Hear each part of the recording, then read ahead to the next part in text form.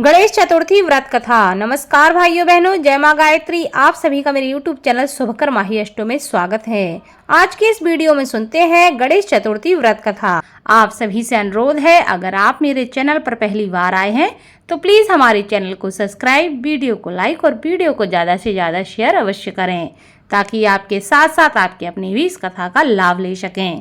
पौराणिक कथा के अनुसार स्कंद कुमार कहते हैं कि समस्त ऋषियों, आप लोग पुराण में वर्णित मंगलदायिनी कथा को सुनिए, जिसमें भगवान श्री गणेश के व्रत के महात्म का वर्णन किया गया है।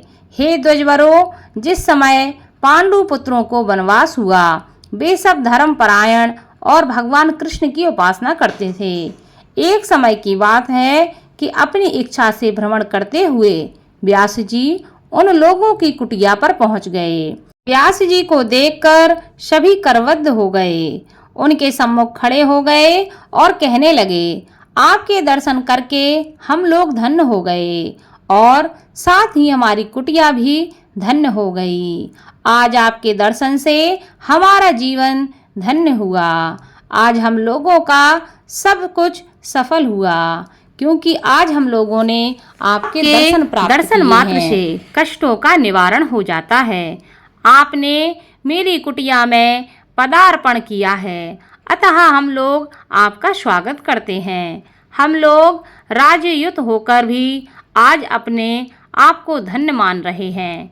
ऐसा कहकर पांचों पांडव, भीमसेन, युधिष्ठिर, अर्जुन, नकुल और सहदेव उन्हें प्रणाम करके उनके सामने खड़े हो गए। पाद, अर्घ्य, आचमन और आसन प्रदान करके द्रौपदी ने हाथ जोड़कर उनसे कहना प्रारंभ किया, हे मुनिवर, मैं राजरानी होकर भी दुर्योधन की भरी सभा में केस पकड़कर अपमानित हुई और वनवासिनी बनाई गई। अब मैं क्या उपाय करूं जिससे हमारे सभी क्लेशों का शमन हो जाए तथा हमारे शत्रुओं की पराजय हो जाए। इस प्रकार युधिष्ठिर द्रौपदी के संकटनाशक उपाय पूछने पर सर्वज्ञ व्यास जी ने कृपा पूर्वक उन्हें उपाय बताया। हे महाराज, इस प्रकार संपूर्ण विश्व में आपके जैसा कोई दूसरा धर्मात्मा नहीं है। मैं आपसे ऐसे व्रत का वर्णन करूंगा, इससे आपके समस्त दुखों और कष्टों का निवारण हो जाएगा। इस व्रत शुभदायक, फलदायक, दिव्य और पृथ्वी पर सभी मनोरथों को पूर्ण करने वाला है। इस व्रत के करने से विद्यार्थियों को विद्या और धनार्थियों को धन का लाभ होता है। इस संबंध में एक प्राचीन कथा है, जिसका मैं तुमसे वर्णन करता हूँ। युधिष्ठिर, उसे तुम ध्यान से सुनो। प्राचीन समय की बात है। सतयुग में चंद्रसेन नामक एक राजा थे। वे अपनी रानी के साथ दीक्षा लेकर परिवार के सहित रहते थे। वे अपने स्वजनों, उनके पुत्रों एवं कुटुंबियों के साथ अपना जीवन आनंद पूर्वक व्यतीत कर रहे थे। सौभाग्य से उनकी रानी बहुत ही गुणवती तथा पतिव्रता थी। हे राजन, युधिष्ठिर उनका नाम रत्नावली था। वह पतिव्रत का पालन करने वाली थी। स्कंद जी कहते हैं कि हे मुनिवरों, राजा और रानी में परस्पर बहुत प्रेम था। एक समय दैव योग से शत्रुओं ने उनके राज्य को हस्तगत कर लिया। शत्रुओं ने राजा के कोष पर अधिकार करने के साथ ही सेना पर भी अपना आधिपत्य जमा लिया। राजा का साथ अपने भाई बंधुओं से छूट गया। राजा भ्रष्ट होकर राजा अपनी रानी रत्नावली के साथ वन में चले गए। एक ही वस्त्र में लिपटे वे दंपत्ति भूख प्यास से विकल हो गए। हे युधिष्ठिर, रानी रत्नावली के साथ राजा अकेले वन में भटकने लगे। दोनों भूख प्यास से पीड़ित होकर वन में चलते चलते उन दोनों को सूर्यास्त हो गया। उस भयंकर वन में शेर, बाघ, चकवा, बगुला, कोयल और सारस रहते थे। रानी के पैर में कांटा चुभ जाने से राजा को महान कष्ट का अनुभव हुआ। उस वन में घूमते हुए राजा ने प्रातःकाल महर्षि मार्कंडेय को दूर से ही देखा। धीरे धीरे चलकर वहां तक पहुँचे और उन्हें दंडवत प्रणाम किया। उनकी पत्नी ने श्री मुनि को बारंबार प्रणाम किया। वन में विराजमान तपस्वी एवं जितेंद्रिय मुनि मार्कंडेय जी से हाथ जोड़कर राजा ने कहा। राजा ने पूछा कि हे मुनिवर, मैंने पूर्व जन्म में ऐसा कौन सा पाप किया था जिससे मेरी राजलक्ष्मी शत्रुओं द्वारा छीन ली गई है। मार्कंडेय मुनि ने उत्तर दिया कि हे राजन, आप अपने पूर्व जन्म के वृतांत को सुनिए। मैं आपको बतला रहा हूँ। एक बार आखेट यानी कि शिकार के लिए आप गहन वन में चले गए। हरिण, चीते, खरगोश का शिकार करते करते उस वन में रात हो गई और अधिक मास की चतुर्थी आ गई। उस वन में आपने एक सुंदर सरोवर देखा और उसके किनारे लाल रंग की साड़ी पहने हुए नाग कन्याओं को देखा। वे सब गणेश जी की पूजा कर रही थीं। यह देखकर आपको बड़ा आश्चर्य हुआ। आपने वहां पहुंचकर बड़ी नम्रता पूर्वक पूछा कि हे स्वर्गगामिनी देवियों, गणेश जी की पूजा कैसे करनी चाहिए? आप लोग मुझे भी इस पूजा के बारे में कृपया करके बताएं। इसका प्रभाव हमें बतलाइए, क्योंकि मैं भी पूजन करना चाहता हूँ। नाग कन्याओं ने उत्तर दिया कि आप गणेश जी की पूजा कीजिए। इससे समस्त सिद्धियां प्राप्त होती हैं और नित्य ही शांति, पुष्टि, सुख और संतान एवं धन में वृद्धि होती है। राजा ने महिलाओं से पूछा कि गणेश जी की पूजा किस महीने में और किस तिथि को करनी चाहिए? इसमें किस वस्तु का दान देना चाहिए?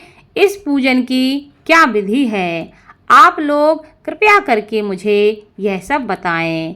नाग कन्याओं ने उत्तर दिया कि हे राजाधिराज, अधिक मास के कृष्ण पक्ष की चतुर्थी को चंद्रोदय होने पर विधि सहित विघ्न विनाशक गणेश जी की पूजा करनी चाहिए। अपनी सामर्थ्य के अनुसार भक्ति भाव से पूजन करें। गणेश जी को पंचामृत से नहलाकर लाल पुष्प चढ़ावें। गंध, धूप, दीप, नैवेद्य, दूब, 2 वस्त्र, सुगंधित द्रव्य चढ़ावें। घी चीनी से बने हुए 15 लड्डू का भोग बनावें। उसमें से 5 लड्डू गणेश जी को अर्पण करें और 5 ब्राह्मण को दान दे दें। कुंवारी कन्याओं को पहले देकर बाद में स्वयं भोजन ग्रहण करें। गणेश जी की प्रसन्नता के लिए समस्त सामग्री गणेश जी को अर्पित करनी चाहिए। उसके बाद गणेश चतुर्थी की कथा को अवश्य सुनना चाहिए। ऐसा करने से मनुष्य की सभी मनोकामनाएं पूरी होती हैं एवं समस्त सिद्धियों की प्राप्ति होती है। गणेश जी के पूजन की यही विधि है। नाग कन्याओं की बातें सुनकर राजा ने उन्हें बारंबार नमस्कार किया। इस प्रकार राजा ने वहां गणेश जी के व्रत का मन में संकल्प करके सरोवर के तट पर जाकर गणेश जी का ध्यान किया और वहां से चले गए। इसके प्रभाव से गणेश जी आप पर प्रसन्न हो गए और आपको पुत्र, स्त्री, धन धान्य आदि से पूर्ण कर दिया। आपके महल में रत्नों के हार, स्वर्ण, गौ, हाथी एवं घोड़े, धन धान्य की वृद्धि होने लगी। कोई भी अभाव आपके जीवन में ना रहा। लेकिन कुछ दिनों के बाद आप धन को पाकर अपना व्रत भूल गए। इसके अनंतर आप उस जन्म में मृत्यु को प्राप्त हुए। हे राजन, उस जन्म में जो पूजन किया था उसके प्रभाव से आपका जन्म राजवंश में हुआ और सहृदय की मित्रता, सुंदर नारी का समागम एवं सुंदर शरीर की प्राप्ति होने से धन मद में आकर आपने व्रत करना छोड़ दिया, जिसके कारण आपकी ऐसी दुर्गति हुई है। राजा ने पूछा कि हे ब्राह्मण, अब मैं कौन सा काम करूं जिससे वर्तमान संकट से मुक्ति मिल जाए, जिस उपाय से हमारे जीवन के विघ्नों और कलेशों का नाश हो जाए तथा मुझे शांति की प्राप्ति हो। हे मुनि श्रेष्ठ, कृपया करके मुझे उपाय बताएं। मार्कंडेय मुनि ने कहा कि हे महाराज, पूर्वोक्त रीति से आप गणेश जी की पूजा कीजिए और संकटनाशन गणेश जी के व्रत को कीजिए। इससे गणेश जी प्रसन्न होंगे और आपको पुनः राज्य वैभव प्राप्त होगा। इसलिए संपूर्ण कष्टों के शमनार्थ आप स्वयं गणेश जी की पूजा कीजिए। व्यास जी कहते हैं कि मार्कंडेय जी की बात सुनकर राजा ने उन्हें प्रणाम किया और अपने भवन को लौट गए। रानी के साथ राजा ने भक्ति पूर्वक विधिवत व्रत करना प्रारंभ किया। व्रत के करने से उनके शत्रुओं का नाश हुआ। उन्होंने अपना खोया हुआ राज्य पुनः प्राप्त किया। गणेश जी की पूजा करने से सभी वस्तुएं सुलभ ही हो जाती हैं और सभी कार्यों में सफलता मिलने लगती है। स्कंद कुमार जी कहते हैं कि व्यास जी के वचन सुनकर महाराज युधिष्ठिर ने हाथ जोड़कर उनसे फिर से पूछा। युधिष्ठिर ने कहा कि हे कष्टों को दूर करने वाले महर्षि, इस चतुर्थी के व्रत की विधि बतलाइए। किस नाम से, किस मास में, किस प्रकार से गणेश जी की पूजा करनी चाहिए, तब इस व्रत में किस चीज का आहार ग्रहण करना चाहिए, कृपया करके हमारा मार्गदर्शन करें। तब व्यास जी कहते हैं कि हे राजन, अधिक मास में चतुर्थी को गणेश्वर के नाम से पूजा करनी चाहिए। लाल कनेर के फूल चढ़ाकर लड्डू आदि का भोग लगावें। लाल चंदन, रोली, अक्षत और दूब को एक एक नाम से अलग अलग चढ़ावें। तत्पश्चात विश्व प्रियाय नमः कहकर आचमन करें। ब्रह्मचारिणे नमः कहकर स्नान कराएं। गणेश्वराय नमः से वस्त्र पहनाएं। पुष्टिदाय नमः से चंदन चढ़ावें। विनायकाय नमः से पुष्प चढ़ाएं। उमासुताय नमः से धूप समर्पित करें। रुद्रप्रियाय नमः से दीप समर्पित करें। विघ्न नाशने नमः से नैवेद्य अर्पित करें। फलादात्रे नमः से तांबूल चढ़ाएं। संकट नाशने नमः से फल चढ़ावें। इसके बाद विघ्न विनाशक गणेश जी से प्रार्थना करें कि हे सुंदर मुख वाले गणेश जी, मैं भव बाधा से ग्रस्त एवं भय से पीड़ित और कलुषों से संतप्त हूँ। आप मेरे ऊपर प्रसन्न होइए। हे दुख दारिद्र के नाशक गणनायक जी, मेरी रक्षा कीजिए। हे विघ्नों के विनाशक, आपको बारंबार प्रणाम है। उसके बाद इस मंत्र से पुष्पांजलि देकर चंद्रमा को अर्घ्य देवें। हे क्षीर सागर ग्रह संभूत, हे ध्वजराज, हे षोडश कलाओं के अधिपति, शंख में सफेद फूल, चंदन, जल, अक्षत और दक्षिणा लेकर हे रोहिणी सहित चंद्रमा, आप मेरे अर्घ्य को स्वीकार करें। मैं आपको प्रणाम करता हूँ। उसके बाद ब्राह्मण को भोजन करावें, लड्डू और दक्षिणा दें। देवता तथा ब्राह्मण से आशीर्वाद ग्रहण करें। अन्य द्वारा स्वयं आहार ग्रहण करें। रात्रि में भूमि पर शयन करें। लालच विहीन होकर क्रोध से दूर रहें। हर महीने गणेश जी की प्रसन्नता के लिए निम्न व्रत करें।